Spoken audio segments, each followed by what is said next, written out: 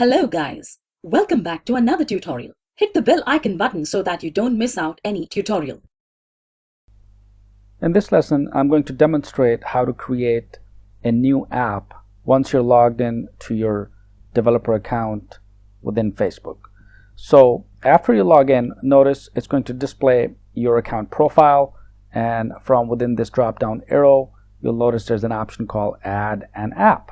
If it's the first time that you're using Facebook for developers, notice you'll have a button here that says Add an App. Since I already have several apps created, therefore it gives me the drop-down arrow. So if this is not available, not to worry, you'll have an option called Create an App if this is the first time you're creating an app. Alright, so once I have the drop-down arrow, and notice I have several apps already created that I'm using for various websites, one of the options is Add a New App. And for the purpose of this course, we're going to be using the Pack Delivery Package Delivered app to demonstrate all of the functionality of the passwordless authentication using the account kit. But for the purpose of this particular tutorial, I'm simply going to show you how to create or add a new app. So let's go ahead and click on this option. And what this does, it pops out a dialog box and it says Create a New App ID and asks for a name. This name has to be obviously something that you want to provide for your app, and it cannot contain the words FB. So for example, let me just demonstrate this quickly. If I were to use FB new test app, click Create App ID, notice this is going to give me an error saying that certain terms like FB are not allowed, right? So you can't use Facebook or FB and related terms. So I'm going to get rid of this. I'm just going to call this new test app. And now if I click Create App ID, it's going to give me this security check. Let's quickly enter. Alright, once I have this, click Submit. And if I've done this correctly, it's going to go ahead and create a new app ID for me. In fact, give me a screen where I can now go ahead and start to select the products that I like to add to this app. On the left side, notice here's my navigation pane, right? So I can click on the dashboard, I can navigate to the settings of this app, roles, alerts, and then app review if I would like to make this app live. And on the bottom it says Add Product, which is in fact this page that you see. So within these different products, there's a product called Facebook Login, Audience Network, Analytics, and here's the account kit. So that's what I'm looking for, because I like to set up the account kit and use this product with this app. So before I go ahead and click on Add or Get Started or add this product called Account Kit, I'm going to navigate to the dashboard first. So let's click on Dashboard, and at this point it just shows me the actual name of this app. And notice at this point it says not available to all users because your app is not live, right? So we've not done anything yet. All we've done is just give it a name, and it created an app ID for us and the API version of this app. It also provides a secret key which is hidden, and then of course I can choose platform, set up analytics, and so on. If I scroll down, it shows me the Facebook login, active login users. So once I've configured this and I'm done with this, I'm in fact going to see a graph that's going to display how many individuals have used this app to log in. So which is kind of cool.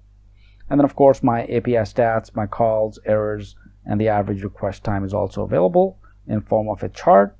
And then application level rate limiting is also available. So some neat options that are displayed on my dashboard. So let's scroll up here. If I click on settings, for example, this will navigate me to another page where of course it shows my ID, my app secret, and here's the name.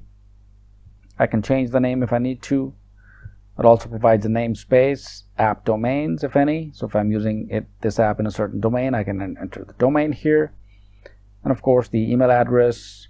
Here's the privacy policy URL. So if your website, your app is using certain privacy text, for example, that you like users to navigate to and read, for example, the terms of the agreement or the privacy policies, you can enter both URLs here, which will allow users, once they start using this app, to navigate and read up on some of these policies. I can also create and provide an app icon. So notice at this point on my top left, the new test app icon is by default, right? So there's no picture, no nothing. So here, if I navigate and click on edit, it's going to bring up the Windows Explorer. So let me go ahead and, in fact, show you this quickly. The size has to be 1024 into 1024 pixels, right? And the limit is 5 megs. So make sure that you've already created an app icon of this size. There's many ways to create this icon, and I'll show you how to use Canva, for example, as an online tool. Very neat tool. Quickly create the actual image, and then you can upload it as part of the app icon. So I'm going to cancel for now. You can always come back and add the image. The advanced settings within the new test app, if I click on this, it just shows me a few additional options such as native or desktop app. The app restrictions, I can specify and create some conditions or limitations, and of course also specify the security. So I can ensure the two-factor reauthorization, require app secret, allow API access to app settings, and so on.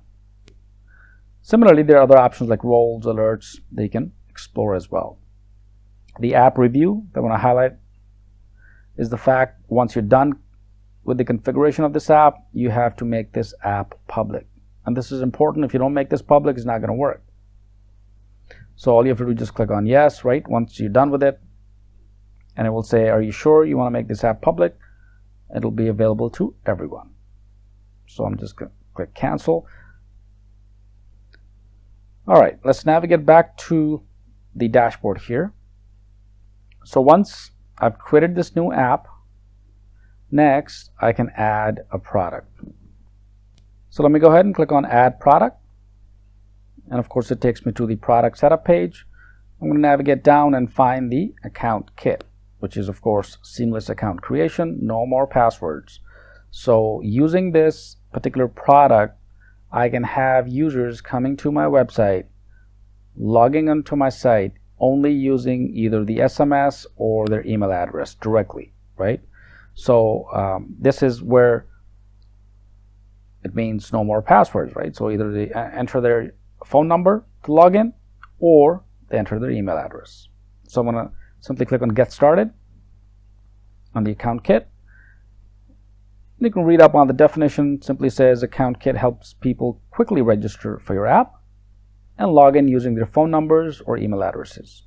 Now, of course, we're using this app to log into our website, right, or to navigate to certain pages on our website. You can, of course, use this account kit if you have an actual app or a game app for the iOS or Android systems as well. So the option to require server validation is no at this point. Only if you may want to require this option, and this is only to enforce additional security requirements. So I'm going to click Get Started, and this creates the account kit and adds the product called account kit. Now notice account kit has its own secret ID, it has its own account kit client token, and an account kit API version, which is different from your app ID. Okay, so we need to make sure you understand that these secret IDs, the API keys, are absolutely different from your actual app IDs as compared to the account ID. So it automatically creates this client token, the app secret, the account kit API version, a few options such as allow email login, allow SMS login, both are yes. So by having both of these options, when users come to this or use this app, they'll be provided two options to log in. And I can enable the client access token flow, because once I start coding this app or create code behind this app on my website, I need to specify the token, or for example the client token here. The email settings, this is neat because you can change the background color, the button color, link color, pretty straightforward, and it shows you the preview. So for example, when the user click on this app, they are going to receive an email which looks like this. So it's going to say, welcome to new test app, click continue to confirm. Just like when you register at a new site, right? You get an email, a confirmation email. So this is exactly what this is going to look like. So let's scroll down, and here are my web login settings. First is the server URLs, and this is, I can simply enter the URL where you're hosting the AccountKit integration. So in my example in this course, we'll be using a live web server at GoDaddy. So I'm going to be using and showing you how to host or actually use this app on a live website. Similarly, I can specify redirect URLs, country code whitelist, and country codes blacklist. And at the bottom here, I can specify and customize my SMS login.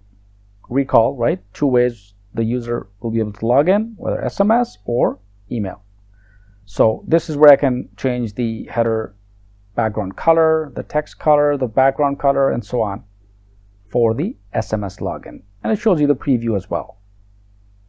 So when the user clicks on SMS login, for example, something similar will pop up, and the user will be able to select the country and then the phone number and click next to login. So pretty straightforward, and you can customize this. You can take a look at and change the colors if need be. So for instance, if I need to change the header background color, I can simply click on the select color. It brings up the color, and notice I can change it the way I want. So it's really up to you which color you prefer. If you know the actual color name or the code, you can enter it directly, and it will reflect on this preview. All right. So in this lesson, just wanted to quickly show you how to create an app and how to add a product called Account ID. So practice creating a new app, and once you've created it, you can always delete it, so it's no big deal. Notice if I navigate back to my profile and click on See All Apps, or before I do this, let me go ahead and save changes, right, if I've done any. So I'm going to go ahead and save changes, navigate back to my profile icon here, click on See All Apps, and notice at this point, here's my test ID, right? So here's the test app that I just created, or in fact, it was this one, right? New test app. Yep, there we go. So I can here simply delete an app if I need to, or I can create the test app as well, or a new app. So this way you can see various apps, and notice the green dots on my rest of the apps. That means they are live, right? So the ones that is not live does not have the green light on. So I hope this helps.